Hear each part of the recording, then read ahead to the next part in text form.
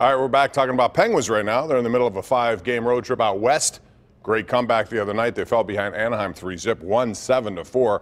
Jake Gensel's going off, but last night had problems with the LA Kings. And one problem that continues to just be a problem on their power play, as good as it is, goals. Ron, they've given up 10.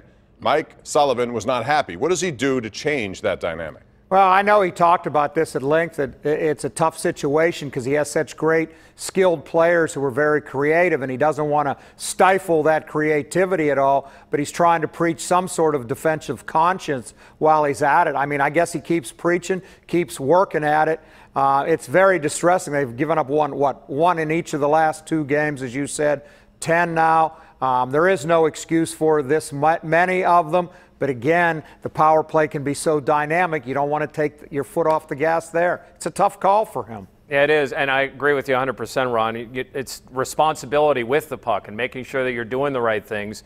But yet, some of the more dynamic plays that they make are off broken plays or when they take a chance. I guess if what he would say to them is stop taking so many chances because of the opportunity. But when you don't have Hornqvist, that's a big part of your power play. And just throwing in front of the net isn't as effective when Hornqvist isn't in there. So. Yeah, but these last 2 games, Letang had a horrible giveaway and Malkin had a horrible giveaways. that just terrible plays by guys that should know better. And what I'm saying is if Hornqvist is in there, maybe you just throw it on net more instead. And I think they're just trying to create something that isn't there, which is when they get into trouble, that's the things they do. They try to be too fancy, and I think they're overthinking this power play because they don't have their big guy in the middle. I think they can be too fancy, and I don't think that's a bad thing. I think the bad thing is when it goes the other way. You got 81 and 71 just, putzing around, not getting back. And I think Sullivan went as far as stopping short, blaming those 2 for some of the issues right here, because we know those 2 don't really like to play 2 ways very much. I think you need some more hustle out of those guys when those plays go the wrong way. But, hey, what are you going to do? Like Ron said, you got a lot of talent out there. You're not going to really take those out and put an extra defenseman in. But I think the bottom line is, Kessel, Malkin, you need to step it up a notch when you do turn the puck over and try to play some defense in your other end, not to prevent these shorthanded goals. Well, one thing that Mike Sullivan said a few weeks ago is the one tool we have as coaches is ice time. Although I don't see him breaking them up, they just got to be more tenacious and more, mindful of what comes on a power play. You got to also remember there's a defensive component to it. Don't get too fancy. They can work that out. Real quick, Patrick Hornqvist, Jeff, you brought him up. He's out. I think that's a big loss, and who knows how long it'll go on. His 5th concussion in like 4 years. What do they do with him in terms of taking their time, or does he just say, I want to play and let's go back in there? They've got about a week until they've got their designated break time. I wouldn't bring him back at all. I know he's skating again. I mean, this is a guy you need for the postseason. He's had multiple concussions just this season.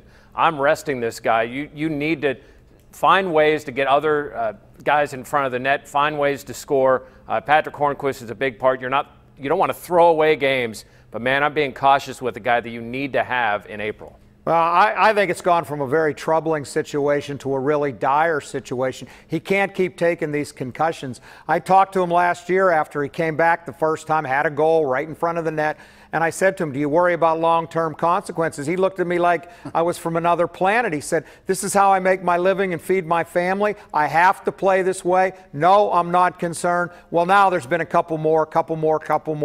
I'm wondering at a point where, whether the Penguins step in a little bit, maybe his family, his wife steps in. He wants to have a normal life when he's 50 years old. What we hear about concussions, he can't keep taking them like this. He just can't. Ron, athletes don't think that way. It's like you said, they're just out there in the moment and the now. And his moment is he wants to get out there and play and earn that money. But as you said, Jeff, wait as long as you can. I mean, I'm sure they have some pretty good doctors over there at the Penguins, and they know how these concussions work. They've had a lot of history with them.